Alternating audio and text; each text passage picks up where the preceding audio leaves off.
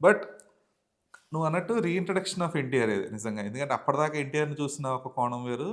దీని తర్వాతకి వేరు. ఇది ఇప్పటి నుంచి ఈ టెంపర్‌తో మారిపోయింది.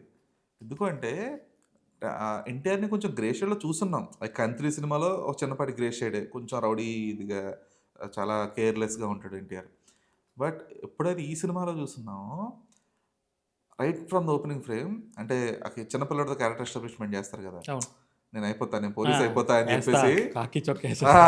అని చెప్పి వాడెళ్ళిపోయిన తర్వాత కట్ చేస్తే ఒక proper puri format entry.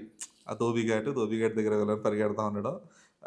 Puri వెనక నుంచి హీరో. హ్మ్. Puri Jagannadh proper slow motion shots, ఆ వాటర్ డ్రాప్స్ ఇవన్నీ కూడా ఇది ఒక నీకు 'ఏక్ నిరంజన్' నుంచి ఆ ఫార్మాట్ అదే ఫాలో ఫార్మాట్. అవుతుందని కనిపిస్తున్నాడు మేజర్‌లీ పూరి ఆర్ఫన్ జగన్నాథ్. ఉంటారు. సినిమాలో మాత్రం ఖచ్చితంగా మేజర్ ఆ! సో, ప్రాపర్ ఎంట్రీ గదా! సో, ఎంట్రీ ఎంజాయ్ చేస్తున్నాం. కరెక్ట్‌గా ఎప్పుడైతే కూర్చొని కన్నింగ్‌గా చూపిస్తాడు క్యారెక్టర్‌ని. హ్మ్. అంటే ఆల్రెడీ ఒక చచ్చిపోయిన మనిషిని తనే చనిపోయాడని చెప్పేసి ఒకడి దగ్గర డబ్బులు డబ్బులు వసూలు చేయడం, తీసుకుంటాడు. నేను మళ్ళీ వేరే చంపేస్తాను అని చెప్పేసి ఇంకొకడి దగ్గర ఇంకోరి దగ్గర సుపారీ వసూలు చేయడం. తీసుకుంటాడు. మళ్ళీ వీళ్ళు అరే! నీ వల్ల చనిపోయింది కాబట్టి ఇగో నువ్వు మాట్లాడిన ఫోన్ కాల్స్ ఇవున్నాయని చెప్పేసి మళ్ళీ డబుల్ ఉంటది అంతా గూడా.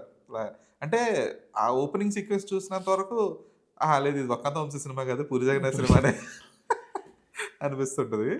బట్ అదే అంటే అప్పటిదాకా చూసిన ఎన్టీఆర్‌కి రైట్ ఫ్రమ్ ఆ గాగుల్స్ దగ్గర నుంచి ఆ హెయిర్ స్టైల్ ఇంకా సైడ్‌దంతా కంప్లీట్‌గా ట్రిమ్డ్ గాని, ఒక టోటల్ లుక్కే డిఫరెంట్ లుక్ ఆ ఉంటది. బియర్డ్ లుక్ కూడా ప్రాపర్‌లీ జీరో షేవ్డ్ కాదు. 1 ఎంఎం షేవ్ సంథింగ్ ఏదో అంతే అంటారండి. ఉంటుంది. సో, కరెక్ట్‌గా ప్రాపర్ బియర్డ్ ఇలా వచ్చి ఆ స్పెక్ట్స్ అప్పటిదాకా ఎన్టీఆర్ మోస్ట్‌లీ అంతా కూడా ఏంటంటే స్పెక్ట్స్ ఫార్మాట్ కూడా తను కొంచెం నార్మల్ చిన్న షేడ్స్ ఉండేవి. సో, ఇక్కడ పెద్ద షేడ్స్ ఉంటాయి. హ్మ్.